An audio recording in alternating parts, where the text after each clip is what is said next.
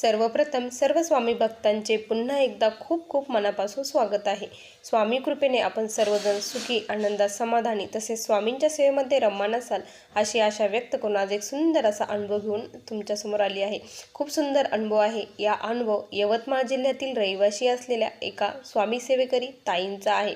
खूप सुंदर अनुभव आहे, त्यामुळे हा अनुभव अगदी शेवटपर्यंत प्रत्येकाने नक्की बघा। चला तर मग ताईंच्या शब्दात अनुभवाला सुरुवात करूया। ताई म्हणतात, सर्वप्रथम सर्वांना श्री स्वामी समर्थ। स्वामींच्या चरणी त्रिवार वंदन। स्वामी भक्तांनो, आज मी मला आलेला माझ्या जीवनातील एक सुंदर असा अनुभव येथे शेअर करत आहे। खूप दिवसाची इच्छा होती की अनुभव शेअर करावा, पण ती इच्छा स्वामींनी आज माझ्याकडून पूर्ण करून घेतली। मी यवतमाळ जिल्ह्यातील रहिवासी आहे। माझे नाव सुरेखा।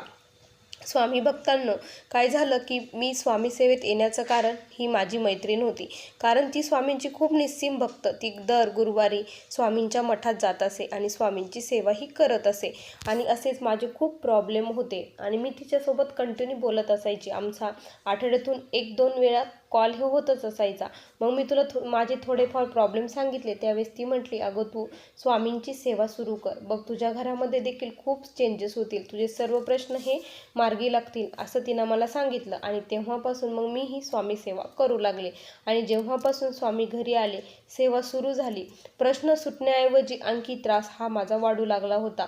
मग एक दिवस तर मला असं वाटलं की हे माझ्याकडून काही चुकतं आहे का, सेवा काही चुकती आहे का, असं का बरं होत आहे। सर्वजण एवढे अनुभव सांगतात, ही मला इतकं समजून सांगते, तर मला माझ्या बाबतीत असं उलटं का बरं घडत आहे।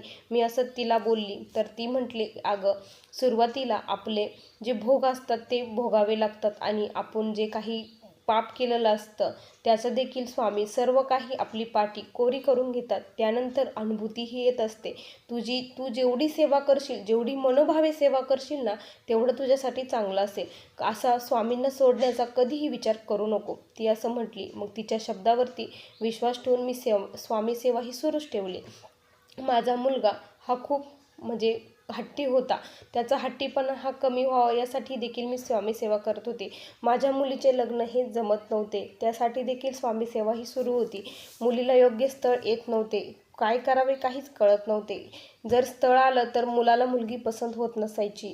त्यावेळेस मग मी म्हटलं की आता आपल्याला काहीतरी करावे लागेल। त्यावेळेस मग माझ्या मुलीने काय केलं की 11 गुरुवार व्रत हे सुरू केलं होतं। माझ्या मुलीचं 11 गुरुवारचं व्रत चालू होतं। त्यावेळेस मग तिचं चालू असताना माझ्या मुलगा अचानक आजारी पडला। तिचं गुरुवारच होता, त्या दिवशी मुलगाला उठताच येत नव्हतं। मुलगा हा माझा उठतच नव्हता। स्वामी भक्तांनो, मी यातील काहीच एक खरंच प्रत्येक गोष्ट ही खरी सांगत आहे। माझ्या मुलाला उठताच येईना, त्याला श्वास घ्यायला हा खूप त्रास होत होता, त्याचे हातपाय पूर्ण थंड पडले। त्यावेळेस मग आम्हाला खूप टेन्शन आलं। आम्ही त्याला हॉस्पिटलला घेऊन गेलो। मुलीची पूजा वगैरे ही सर्व काही झाली। ती स्वामींकडे प्रार्थना करत होती की माझ्या भावाला लवकरात लवकर बरं वाटू द्या, माझं लग्न झालं नाही तरी चालेल, माझे हे 11 गुरुवार माझ्या भावासाठी कामी येऊ द्या, असं स्वामींना तिने विनंती केली आणि त्याला हॉस्पिटलमध्ये घेऊन गेलो। जोपर्यंत आम्ही हॉस्पिटलला घेऊन गेलो तोपर्यंत माझ्या मुलाने प्राणही सोडले होते, कारण त्याचा श्वास हा रोखला गेलेला होता। त्यावेळेस आम्ही खूप घाबरलो, आमच्या पायाखालची जमीन सरकली होती, हा असा का बरं सुन्न पडला आहे। डॉक्टरांनी बघितलं तर डॉक्टर म्हटले की मुलगा गेलेला आहे।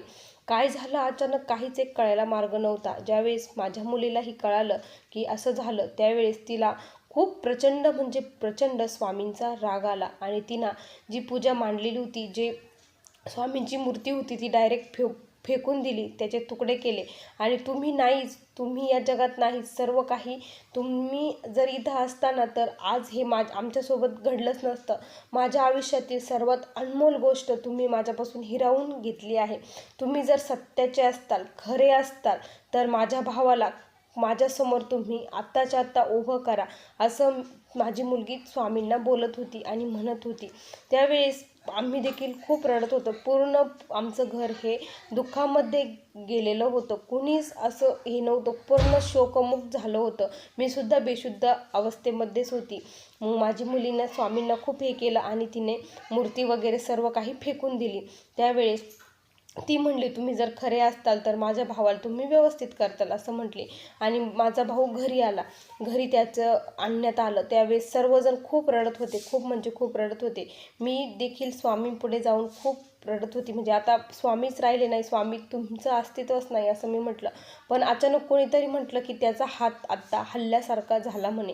3 तास झाले होते, हलल्यासारखा हात झाला असं म्हटल्यानंतर सर्वजण हे म्हटले असं कसं शक्य आहे. त्यावेळेस मग काय झालं ना की मग आम्ही सर्व गेलो. त्यावेळेस मग पुन्हा डॉक्टरकडे नेण्यात आलं की याचं हात हे केलं. मग डॉक्टरांनी बघितलं तर म्हणे थोडं थोडं म्हणजे हे आहे म्हणे.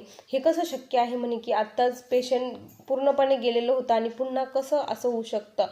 त्यानंतर मग डॉक्टरांनी पुन्हा विलाज चालू केले आणि त्यांना ICUमध्ये ठेवण्यात आलं आणि त्याचं थोडा श्वास हा चालू होता. खूप नाही पण थोडा तो श्वास घेऊ लागला होता. मग त्यानंतर मी लगेच पळत मठामध्ये गेली, स्वामींची माफी मागितली. स्वामी, हा चमत्कार तुम्हीच केलेला आहे, मला माहीत आहे.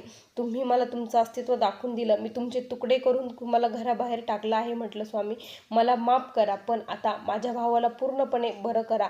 असं मी स्वामींपुढे रडत होती, त्यांच्यापुढे माझी भावाची भीक मागत होती. त्यानंतर मग मी लगेच हॉस्पिटलला गेले. तिथे स्वामींची विभूती वगैरे घेतली आणि हॉस्पिटलला गेले. माझ्या मुलीने त्याला विभूती वगैरे लावली आणि मग नंतर आमचं तारक मंत्राचं तीर्थ म्हणजे तारक मंत्र कंटिन्यू, महामृत्युंजय मंत्र, त्यानंतर ओम श्री चैतन्य गोरक्षाय नमः, धुमावती तीर्थ वगैरे सर्व सेवा, ज्याला जी सेवा मिळेल तो सेवा करत होता. रात्रीचा दिवस आम्ही करत होतो. रात्री 1 मिनिटसुद्धा आमच्या घरातील कोणीच झोपत नव्हतं. कंटिन्यू महाराजांची सेवा ही आमच्याकडून चालू होती. स्वामी आमच्याकडून करून घेत होती. मृत्युंजय मंत्राचा जवळपास 1,00,000 जप आम्ही केला होता. त्यानंतर भावाच्या तब्येतीत थोडी सुधारणा होत होती. आता 3 आठवडे झाले होते. 3 आठवडे झाल्यानंतर तो थोडा हालचाल वगैरे करू लागला होता. त्यानंतर 1.25 महिना झाला. 1.25 महिना झाल्यानंतर माझा भाऊ एकदम क्लिअर झाला आणि त्या दरम्यान कळालं की त्याला बाहेरील बाधा ही झाली होती. बाहेरचा फटका कोणीतरी त्याला दिला होता. त्यानंतर मग आम्ही एका बाबाकडेही त्याला घेऊन गेलो. त्यांनी त्याचे उतारे वगैरे सर्व काही केले, सर्व व्यवस्थित त्याचं करून दिलं. त्यांनी देखील सांगितलं की याचं पूर्ण मृत्यू त्या दिवशी अटळ होता. याचा मृत्यू हा आला होता कारण त्याचा मृत्यू हा बांधला गेलेला होता. त्याच्यावरती जबरदस्त करणीबाधाही केलेली होती असं त्यांनी सांगितलं. आणि मग त्याचे उतारे वगैरे केले आणि ज्यांनी करणी केली, ज्यांनी केलं त्याच्यावरतीच ते पुन्हा उलटलं त्या बाबांनी, असं त्यांनी सांगितलं की आता हा त्रास, जो याला त्रास झाला तोच त्रास त्यांना होणार आहे. त्यानंतर मग मी पुन्हा स्वामींची माफी मागितली आणि स्वामींची सुंदर अशी मूर्ती पुन्हा घरामध्ये घेऊन आली. ज्या दिवशी स्वामींची पुन्हा नवीन मूर्ती घेऊन आली त्याच दिवशी स्वामी भक्तांनो मला स्वप्न पडलं की स्वामी महाराज असे मोठे सिंहासनावरती बसलेले आहेत आणि स्वामी महाराज मोठ्याने हसत आहेत आणि म्हणत आहे की आमचं अस्तित्व आहे का, आता पटलं का, आम्ही आहोत का, आम्हाला तू घराबाहेर काढलं आणि तूच पुन्हा घेऊन आली, असं स्वामी मोठमोठ्याने हसत होते. त्यावेळेस मग मी पुन्हा स्वामींपुढे नतमस्तक झाली. नाही स्वामी, तुम्ही आहात म्हणून जीवनाला अर्थ आहे.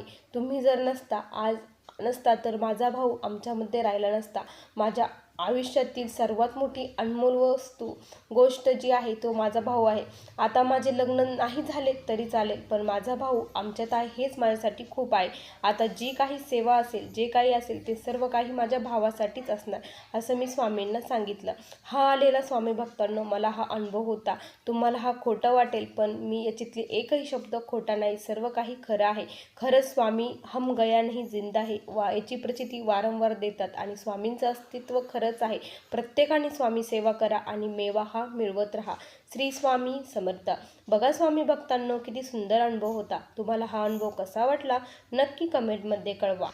पुन्हा भेटूया अशाच अनुभवासोबत. तोपर्यंत सर्वांना श्री स्वामी समर्थ. जय जय स्वामी समर्थ. श्री गुरुदेव दत्त.